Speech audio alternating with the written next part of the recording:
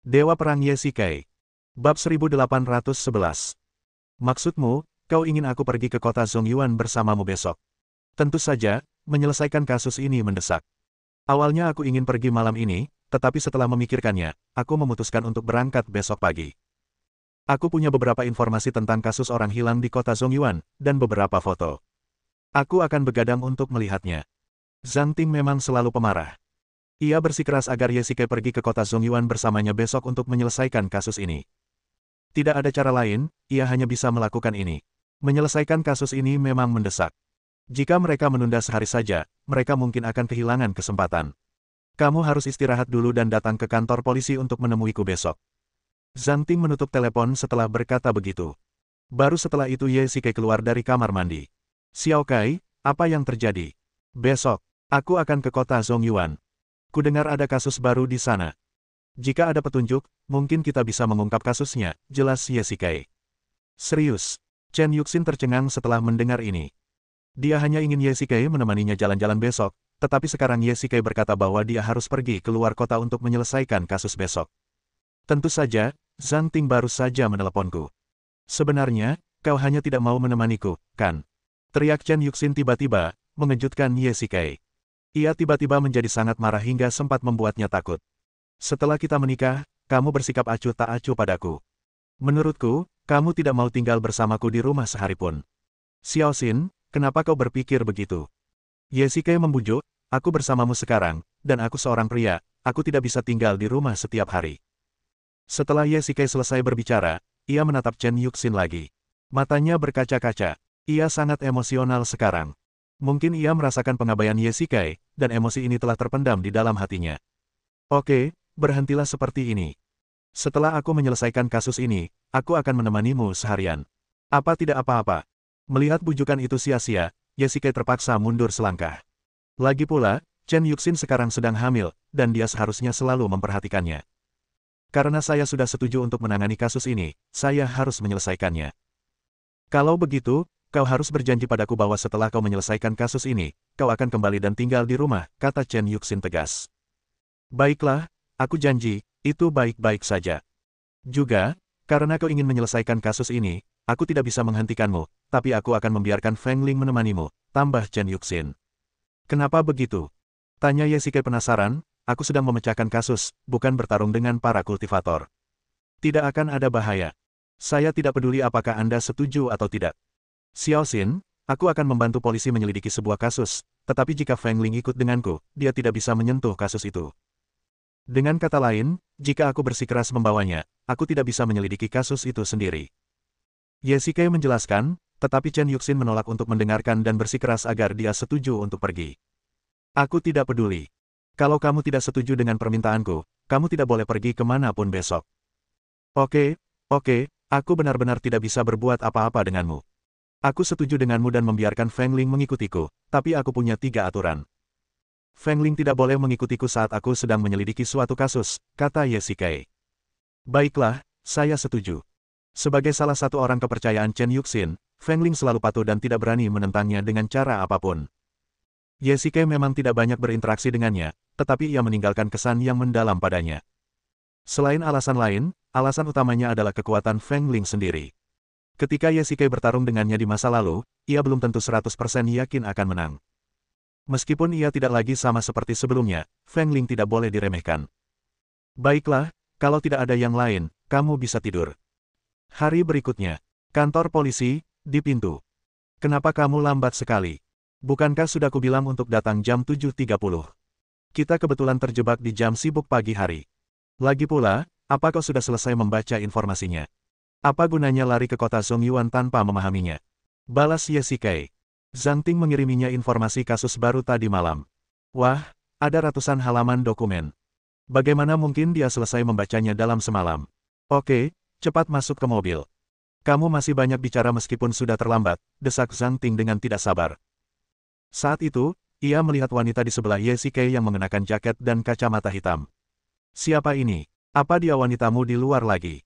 Goda Zhang Ting. Jangan salah paham, aku dan dia tidak punya hubungan seperti itu, tapi jangan khawatir, dia bukan orang jahat. Kalau kau harus bilang, anggap saja dia pengawalku. Ye Shikai kesulitan menjelaskan identitas Feng Ling, jadi dia terpaksa mengatakan bahwa Feng Ling adalah seorang pengawal. Kau sangat terampil dan kau punya pengawal. Kau pasti bercanda. Zhang Ting memutar bola matanya. Ia tahu betul kemampuan Ye Shikai. Mungkin tidak mudah baginya untuk memiliki pengawal, terutama seorang wanita. Aku sedang memecahkan kasus, jadi sebaiknya kalian menjauh. Jangan khawatir, dia hanya mengikutiku. Dia tidak akan ikut campur dalam kasus ini. Dia akan menyetir di belakang kita nanti, jelas Ye Shikai. Baiklah, cepatlah masuk ke mobil, kita berangkat. Setengah jam kemudian, Ye Shikai duduk di kursi penumpang, mengamati informasi di tangannya dengan saksama. Kasus ini mirip dengan kasus penghilangan berantai di Yanjing, dan tidak ada jejak di TKP. Jika memang seperti dugaan, seharusnya pelakunya adalah orang yang sama. Namun, jika orang-orang ini berpikir akan memberitahu musuh di Yanjing, seharusnya mereka melarikan diri. Mengapa mereka bertindak langsung di kota Zongyuan yang berada di dekatnya? Apakah mereka terlalu berani? Zhang Ting mengemudi dengan sangat cepat dan tampak terburu-buru. Ia sangat ingin menyelesaikan kasus ini, dan ia merasa tertekan sejak petunjuk di Yanjing terputus. Kini ia akhirnya mendengar bahwa ada kasus serupa di Tiongkok Tengah, jadi ia tentu saja tidak ingin melewatkan kesempatan ini. Tidak perlu cemas. Seperti kata pepatah, tahu panas tidak bisa dimakan terburu-buru. Kasus tidak bisa diselesaikan hanya dengan impulsif, saran Ye Shikai. Apa yang kau tahu? Jika kasus ini tidak terpecahkan, maka puluhan orang hilang itu tidak akan pernah ditemukan lagi, balas Zhang Ting. Saya tidak bilang itu tidak bisa dipecahkan. Saya hanya melihat informasinya. Ngomong-ngomong, apakah wanita di dalam mobil di belakang pengawalmu itu? Zhang Ting tiba-tiba bertanya. Setengahnya, kurasa. Dia memang akan melindungiku, tapi lebih dari itu, dia mengawasiku, kata Ye Shikai dengan tenang. Bagaimana mungkin dia tidak menebak apa yang dipikirkan Chen Yuxin? Mengatur orang kepercayaan untuk mengikutinya dari dekat jelas untuk mengawasi setiap gerakannya. Jika dalam keadaan normal, Ye Shikai pasti akan kesal, tapi kali ini dia hanya bisa menahannya. Jika itu bisa membuat Chen Yuxin sedikit tenang, maka dia akan diawasi. Bab 1812. Kami mengawasimu. Kau bukan tersangka. Kenapa kami harus mengawasimu? Zhang Ting hanyalah seorang polisi wanita. Tentu saja, ia tidak mengerti semua ini. Namun, ini wajar. Tidak banyak orang yang tahu hubungan rumit antara dirinya dan Chen Yuxin. Di mata siapapun, sungguh absurd membiarkan orang luar mengawasi suaminya secara terang-terangan. Yah, sulit untuk dijelaskan saat ini, tapi jangan khawatir, dia tidak akan pernah ikut campur dalam penyelidikan kita, dia juga tidak akan tahu detail kasusnya, kata Ye Shikai acuh tak acuh. Baguslah. Zhang Ting memutar matanya dengan jijik. Dalam beberapa hari terakhir, ia telah membaca seluruh berkas kasus dari awal hingga akhir, dan akhirnya menemukan beberapa titik mencurigakan. Kebanyakan orang hilang ini adalah orang parubaya dan lanjut usia, bukan anak-anak. Hal ini membuat Zhang Ting sangat penasaran. Orang-orang parubaya dan lanjut usia ini tidak memiliki banyak kekuatan fisik, jadi apa tujuan penculikan mereka? Ye Shikai mengeluarkan peta yang berisi, tempat tinggal, semua orang hilang. Seperti dugaan, hampir semua orang ini tinggal di pinggiran kota. Satu-satunya yang dekat dengan kota adalah di permukiman kumuh, tempat kebakaran terjadi hari itu. Ye Shikai sama sekali tidak terkejut. Berdasarkan pemikiran ini, jika seseorang benar-benar menculik orang-orang hilang ini, mereka pasti tidak akan menyembunyikannya di Yanjing, melainkan akan mengirim mereka ke tempat lain. Dalam hal ini, mungkinkah orang-orang hilang ini berada di kota Zongyuan? Apa yang sedang kamu pikirkan? Zhang Ting bertanya balik. Tidak apa-apa. Ayo kita pergi ke kota Zongyuan sesegera mungkin. 2 jam kemudian, Departemen Kepolisian Kota Zongyuan. Departemen Kepolisian Yanjing, Zhang Ting. Terima kasih atas kerja kerasmu, Xiao Zhang. Ini. Pria parubaya di depan mereka berdua adalah Kepala Kantor Polisi Kota Zongyuan, Huang Hai. Setelah kasus penghilangan paksa terjadi, ia langsung mengundang petugas dari kantor polisi Yanjing untuk bersama-sama mengungkap kasus tersebut. Dia Ye Shikai, dan dia di sini untuk membantu menyelidiki kasus ini, Zhang Ting memperkenalkan. Ini Xiao Ye. Selamat datang. Halo, Direktur Huang. Ye Shikai berjabat tangan dengan Huang Hai, dan tiba-tiba alisnya berkedut. Ada fluktuasi energi di tubuh pria ini. Ternyata Huang Hai juga seorang kultivator. Senada dengan itu, Huang Hai juga menyadari bahwa Ye Shikai bukanlah orang biasa. Tatapan aneh melintas di matanya, tetapi ia segera menyembunyikannya. Zhang Ting tidak menyadari bahwa meskipun Ye Shikai telah bertemu banyak kultivator, jumlah totalnya sangat kecil, dan sebagian besar berasal dari sekte, atau dari keluarga tertentu. Jika lebih dari 90% kultivator di Yanjing berasal dari 4 keluarga besar, kemungkinan bertemu seorang kultivator di antara orang yang lewat di jalan bisa dibilang langka. Datanglah ke kantor dan saya akan menceritakan kasusnya. Bagus, bagus. Feng Ling, tunggu saja di sini.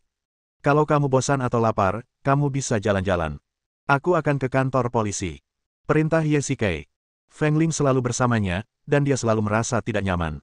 Lagi pula, ini kantor polisi. Dia berpakaian seperti ini. Apa dia khawatir tidak akan menarik banyak perhatian? Kepala keluarga telah memberi perintah bahwa kamu harus mengikuti menantu laki-lakimu dengan ketat.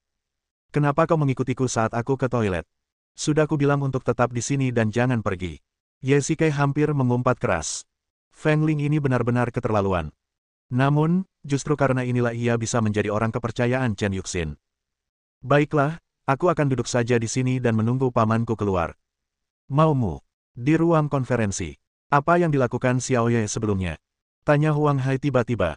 Zhang Ting dan Ye Shikai terdiam sesaat. Dulu saya tentara, tapi sekarang sudah keluar. Saya pergi ke luar negeri selama beberapa tahun dan sekarang sudah kembali, jawab Ye Shikai. Apakah Anda sekarang terbiasa dengan kehidupan di Tiongkok? Itu cukup bagus. Tentu saja dia hidup dengan baik. Dia populer di kalangan wanita dan tidak khawatir soal makanan dan pakaian. Zhang Ting mencibir. Di matanya, Ye Shikai bukan hanya sosok misterius, tetapi juga bajingan yang suka berselingkuh. Berita bahwa Ye Shikai menceraikan Su Qingyu dan menikahi Chen Yuxin menyebabkan banyak kegemparan, dan bahkan dia tahu sedikit tentang itu. Namun, dia sangat penasaran. Ye Shikai dan Huang Hai jelas baru pertama kali bertemu, jadi mengapa Huang Hai begitu peduli dengan situasinya? Hehe, bisakah kau tidak merusak acaraku? Meskipun Ye Shikai bukan orang yang haus akan muka, ada begitu banyak polisi yang hadir. Oke, mari kita lanjutkan penyelidikan kasus ini. Ada beberapa kesamaan di antara kasus-kasus penghilangan ini, seperti tengah malam. Ye Shikai menginap di hotel di sebelah kantor polisi. Ia bukan anggota kantor polisi, jadi informasi kasus ini hanya bisa diberikan kepadanya oleh Zhang Ting. Ledakan. Tiba-tiba, terdengar ketukan di pintu. Ye Shikai melangkah maju untuk membuka pintu. Orang yang datang tentu saja Zhang Ting. Tiba-tiba, sebelum ia sempat bereaksi, sebuah bayangan hitam melintas. Ye Shikai harus bertindak lebih cepat dan berdiri menyamping di depan Zhang Ting. Feng Ling, apa yang kau lakukan? Ye Shikai bergerak sangat cepat dan meraih lengan orang yang datang dengan satu tangan. Tidak apa-apa, menantu. Aku hanya khawatir ada yang datang dan itu akan buruk, kata Feng Ling dengan suara dingin.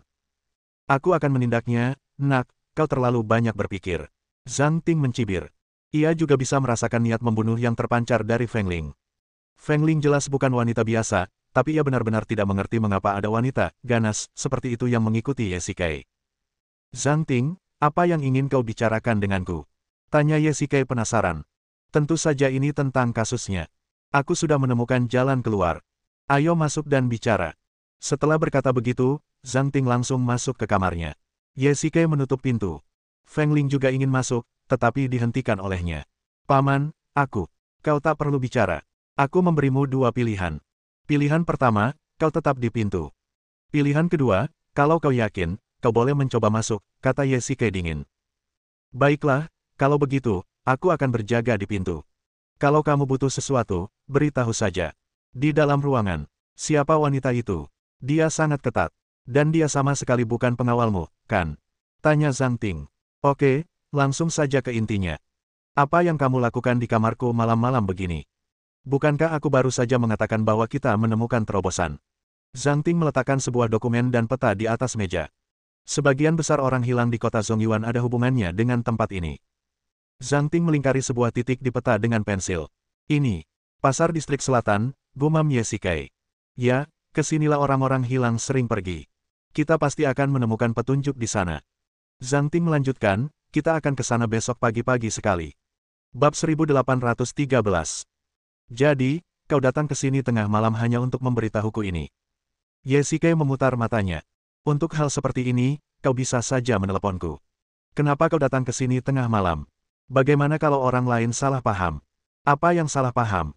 Zhang Ting melemparkan berkas itu kepada Ye Shikai dan mengingatkannya, istirahatlah dan berkumpul di kantor polisi tepat waktu besok. Kalau kamu tidak datang ke rumahku larut malam, aku pasti sudah tertidur lama sekali. Berhenti bicara omong kosong. Aku pergi sekarang. Jangan lupa besok pagi. Baiklah, kamu juga harus kembali. Zhang Ting meninggalkan kamar dan Ye Shikai mengantarnya sampai ke pintu.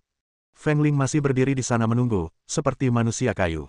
Bukankah petugas keamanan hotel merasa curiga padanya? Dia sudah pergi, bukankah sebaiknya kau kembali ke kamarmu? Ye Shikai berkata dengan tenang, jangan khawatir, aku tidak akan pergi. Karena menantuku bilang begitu, aku akan kembali. Aku ada di seberangmu.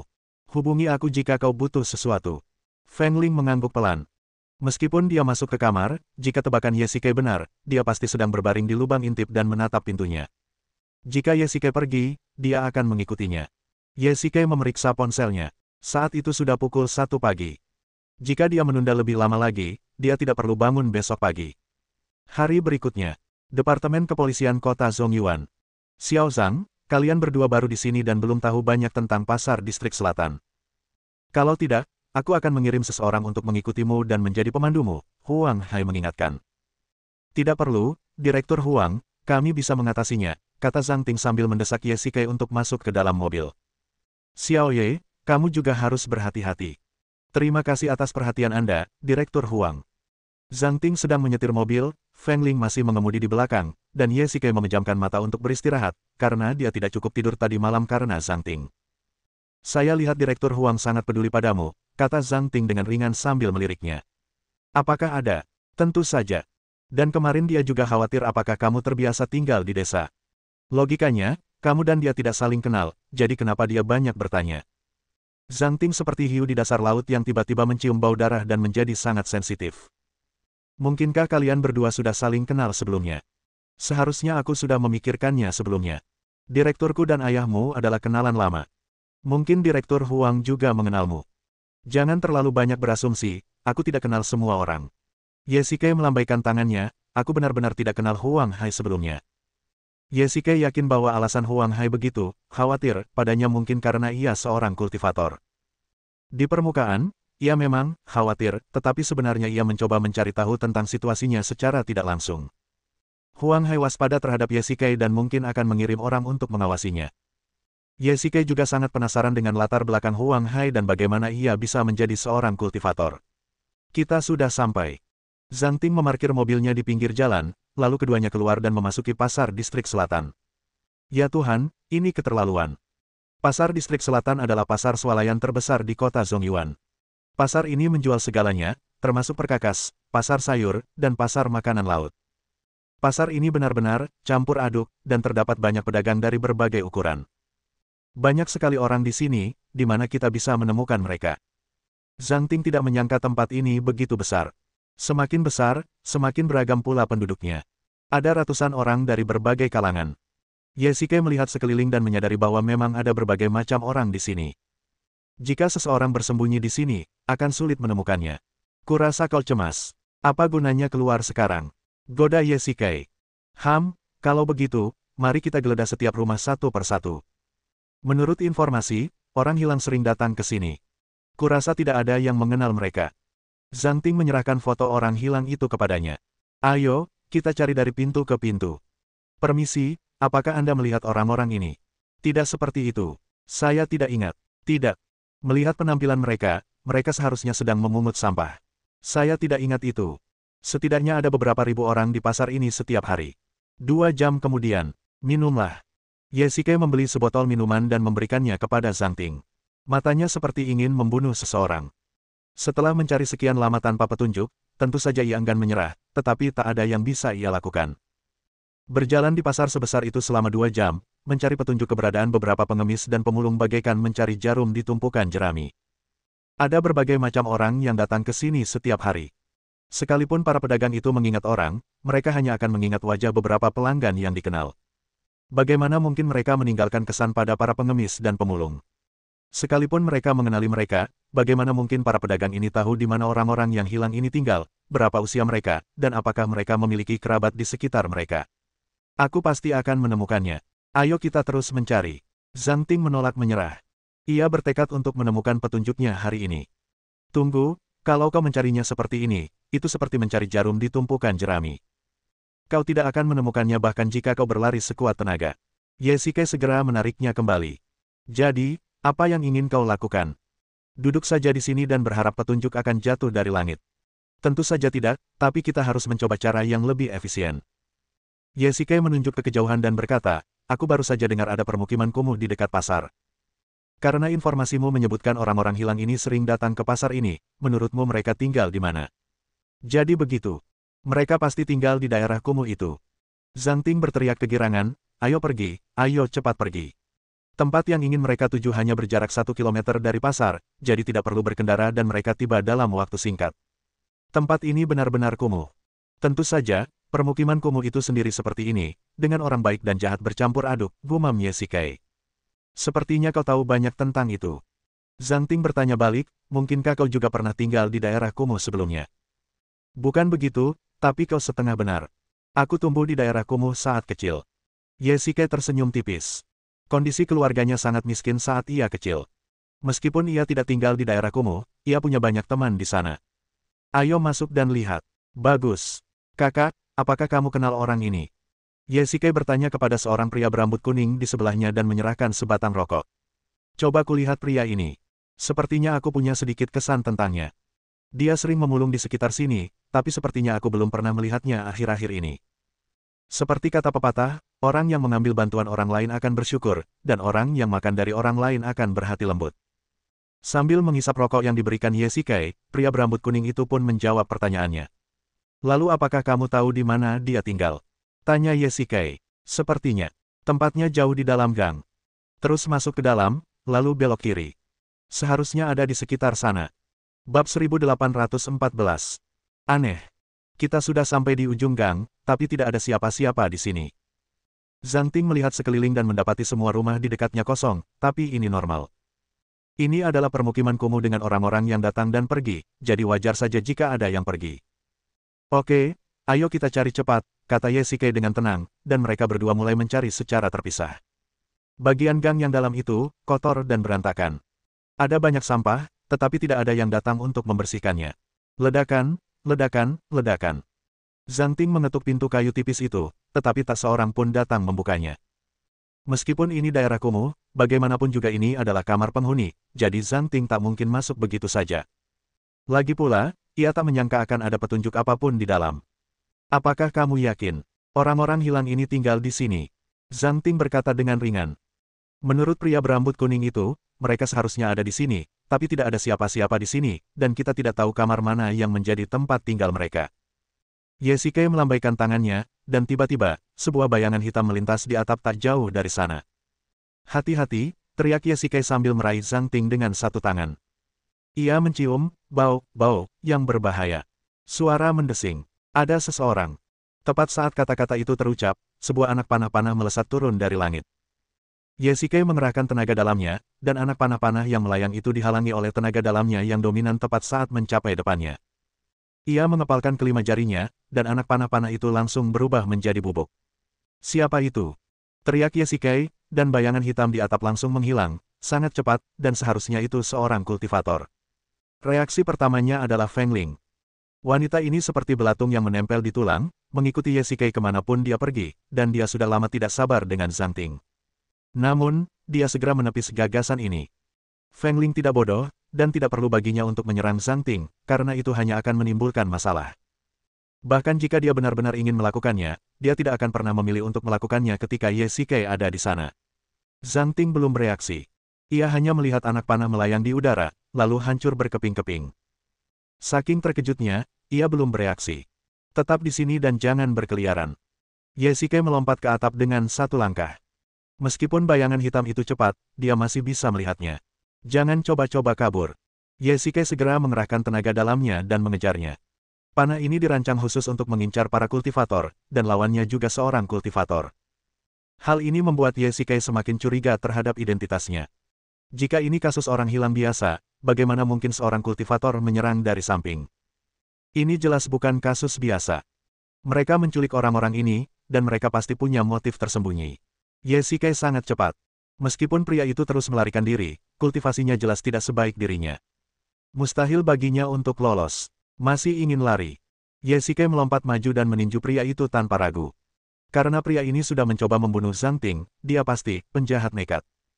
Jika dia ragu, dialah yang akan menderita. Ledakan. Dengan satu pukulan, pria itu langsung jatuh dari udara dan menghantam atap. Kualitas rumah di daerah kumuh itu buruk, dan atapnya hancur berkeping-keping, dan ia langsung jatuh ke dalam. Kali ini, pukulannya cukup keras sehingga Yesike juga ikut melompat turun. Siapa kau dan mengapa kau menyerang kami? Yesike menatap wajah pria itu. Ia memiliki ingatan yang baik dan yakin bahwa ia belum pernah melihat pria ini sebelumnya. Ledakan, ledakan, ledakan, ledakan. Pada saat ini, tiba-tiba terdengar langkah kaki tergesa-gesa. Yesike berbalik dan melihat selusin pria berpakaian hitam bergegas masuk. Dilihat dari pakaian mereka, mereka seharusnya berada di kelompok yang sama dengan pria di depannya. Teman baik, jadi kau ingin menjebakku. Mari kita lihat apakah kau mampu melakukannya. Yesike mencibir dan mengambil tongkat besi dari tanah. Ia tidak berniat menggunakan pedang yuksi atau pisau Ming. Kekuatan kedua senjata ini cukup untuk membuka seluruh permukiman kumuh. Ayo. 3 menit kemudian. Kukira kau sekuat itu, tapi ternyata kau hanya selevel ini. Yesike menjatuhkan mereka semua ke tanah. Orang-orang ini paling banter berada di tahap keluar tubuh, yang jauh dari tahap fusinya. Katakan padaku, siapa kalian? Yesike mencengkeram keras salah satu dari mereka dan berteriak keras. Engah. Tiba-tiba, pria di depannya memuntahkan darah, dan meninggal sebelum Yesike sempat memberikan pertolongan pertama. Saat berbalik, ia melihat orang-orang lainnya juga muntah darah dan meninggal. Yesike membuka paksa mulut salah satu orang dan tidak menemukan bau atau racun yang tidak biasa, yang berarti orang-orang ini tidak bunuh diri dengan meminum racun, melainkan telah meminum kapsul berisi zat-zat yang sangat beracun sebelumnya. Ketika saatnya tiba, racun menyebar di perut mereka, menyebabkan kematian. 20 menit kemudian. Wow, apa yang terjadi? Zhang Ting dan polisi yang datang terkejut melihat mayat-mayat berserakan di tanah. Yesike menjelaskan semuanya dari awal hingga akhir. Jika bukan karena panah otomatis yang dibawa oleh pria yang menyerang dan kesaksian Zhang Ting, ia benar-benar tidak bisa menghilangkan kecurigaannya. Namun, karena orang-orang ini telah meminum racun sebelumnya, hasilnya akan diketahui setelah otopsi. Jadi, semua orang ini mati karena minum racun. Tanya Zhang Ting balik. Ia masih sulit mempercayainya. Ya, benar. Buat apa aku berbohong padamu? Yesike juga terkejut. Awalnya ia hanya menyelidiki kasus penghilangan berantai, tetapi sekarang telah berubah menjadi bunuh diri kolektif dengan menenggak racun. Hal ini semakin tak terkendali. Namun, rahasia apa lagi yang tak mungkin terungkap meski harus mengorbankan lebih dari selusin orang untuk bunuh diri dengan menenggak racun. Ini menunjukkan bahwa ini jelas bukan kasus orang hilang biasa. Pasti ada rahasia yang lebih dalam di baliknya. Terlebih lagi, Yesike punya firasat bahwa jika tidak segera terungkap, akan ada konsekuensi yang lebih serius. Dengan begitu banyak orang yang bunuh diri dengan menenggak racun sekaligus, biro ini menanganinya dengan sangat serius. Direktur Huang telah memulai penyelidikan komprehensif berdasarkan petunjuk yang kami berikan, lanjut Zhang Ting. Sayangnya, orang-orang ini semua sudah mati, dan petunjuknya mungkin akan hilang lagi. Yesike mendesah getir, berpikir bahwa masalah ini mungkin perlu diselidiki ulang. Ngomong-ngomong, kamu tidak terluka, kan? Tanya Yesike balik. Terluka. Aku sangat lincah dan ringan seperti burung layang-layang. Bagaimana mungkin aku bisa terluka semudah itu? Kalau bukan karena aku, panah itu pasti sudah menembus kepalamu. Yesike memutar bola matanya. Kelompok orang ini benar-benar licik. Melihat dua orang pergi ke daerah kumuh untuk menyelidiki, mereka malah mencoba membunuh mereka secara diam-diam. Seandainya Zhang Ting pergi hari ini, dia mungkin benar-benar akan dibunuh oleh tangan gelap. Menantu, kamu baik-baik saja. Feng Ling juga bergegas. Mendengar Yesike diserang oleh seorang pria berpakaian hitam, dia takut terjadi sesuatu. Jangan khawatir, aku baik-baik saja. Bab 1815. Menantu, jadi ini identitasnya. Akhirnya aku tahu siapa dia. Zhang Ting mendengar sedikit makna dari kata-kata Feng Ling. Ternyata wanita ini adalah orangnya Chen Yuxin. Dia pasti dikirim untuk mengawasi Yesike. Pantas saja kau sudah lama tidak sabar padanya dan terpaksa membiarkannya mengikutimu. Ternyata istrimu memintanya untuk mengawasimu.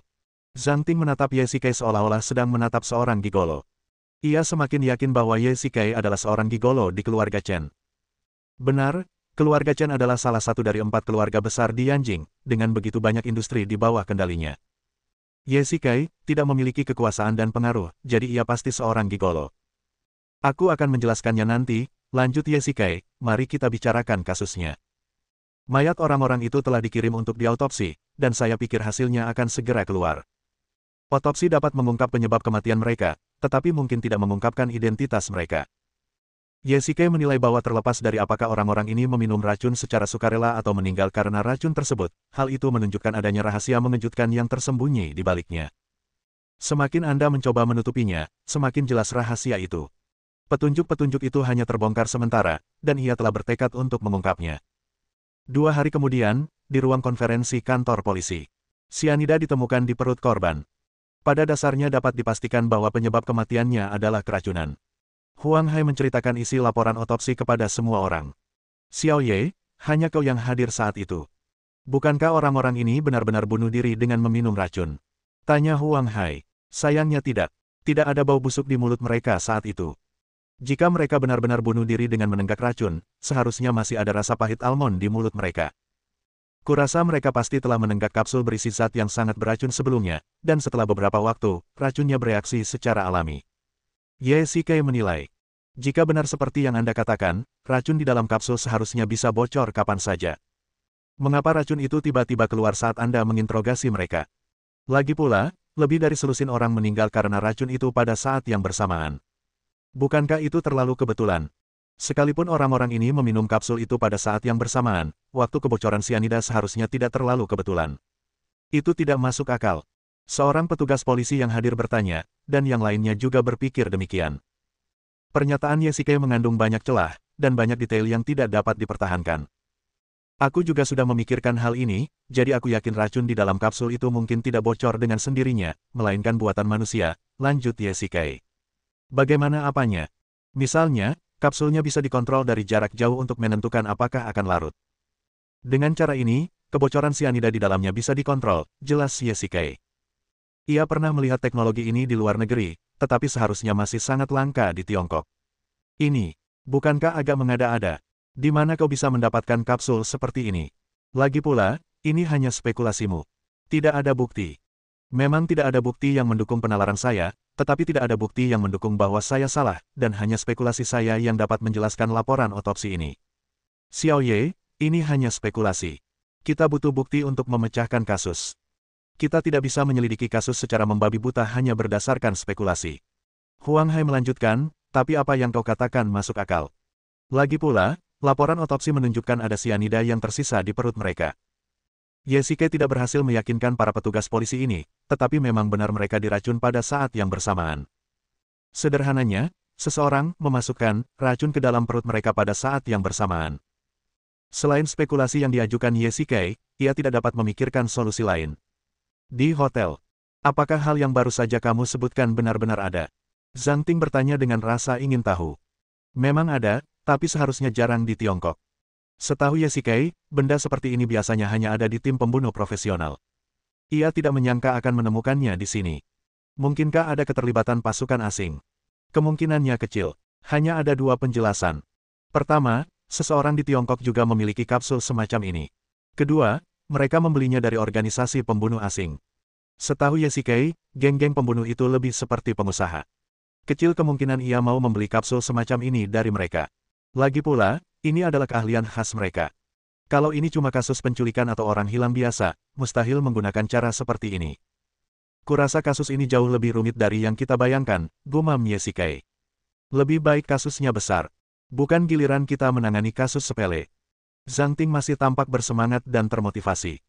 Tentu saja, ini berkaitan dengan kepribadiannya, tetapi kepribadian seperti ini sering membuatnya mendapat masalah. Misalnya, Zhang Ting tidak tahu banyak tentang kekuatan praktisi. Jika perkelahian benar-benar terjadi, Zhang Ting, seorang wanita biasa, paling banter akan lebih kuat dan pasti tidak akan bertahan lebih dari setengah menit. Dengan mengikuti petunjuk ini, mungkin kita bisa memeriksanya. Ye Shikai mengirimkan isinya kepada Wom dan memintanya untuk membantu menemukan beberapa informasi. Jika kapsul ini benar-benar ada di Tiongkok, mereka seharusnya bisa menemukan beberapa petunjuk. Tapi bagaimana kita harus menyelidikinya? Sejujurnya, saya sudah bertahun-tahun bergabung dengan tim kejahatan serius dan menangani berbagai macam kasus, tapi ini pertama kalinya saya mendengar tentang kapsul yang Anda sebutkan, kata Zhang Ting ringan. Ngomong-ngomong, bagaimana kamu tahu hal semacam ini? Zhang Ting tiba-tiba bertanya. Yah, aku mendengarnya saat aku masih di ketentaraan. Ye Shikai mengarang alasan agar bisa lolos. Kamu kan tentara, dan kamu benar-benar tahu hal semacam ini, tanya Zhang Ting balik. Itu karena kamu sangat bodoh. Oke. Mari kita kembali ke intinya. Jika aku benar, kita seharusnya bisa membuat terobosan dengan mengikuti petunjuk ini. Baiklah, mari kita lanjutkan penyelidikan kasus ini. Zhang Ting sedikit tidak sabar. Tunggu sebentar, aku punya urusan pribadi yang harus diurus, kata Ye Shike tiba-tiba. Kota Zongyuan, pemakaman. Qian, kenapa kamu juga di sini? Ye Shike datang ke pemakaman sambil membawa bunga, tapi dia tidak menyangka akan bertemu Ji Qian. Aku di sini untuk melihat tugu peringatan Nona He, kata Ji Qian tenang. Ia masih belum bisa melupakan kejadian terakhirnya. Mungkin, seperti kata Ye Shike, akan lebih baik jika ia datang langsung ke tugu peringatannya dan berbicara dengannya. Mengapa kamu ada di sini juga? Aku di sini untuk menyelidiki kasus ini, dan kebetulan aku datang untuk menemuinya. Ye Shike meletakkan bunga di depan batu nisan dan berkata dengan ringan. Dengan dia di sini, akan sulit bagi Ji Qian untuk berbicara. Kalau kau ingin bicara dengannya, aku bisa menghindarinya. Ye Shike kembali ke mobil dan melihat Ji Qian menggumamkan sesuatu sendirian di depan Nisan Helinghan. Ia tahu betul bahwa Ji Qian sedang menceritakan sesuatu, dan ini adalah komunikasi antara Ji Qian dan Helinghan. Bersambung.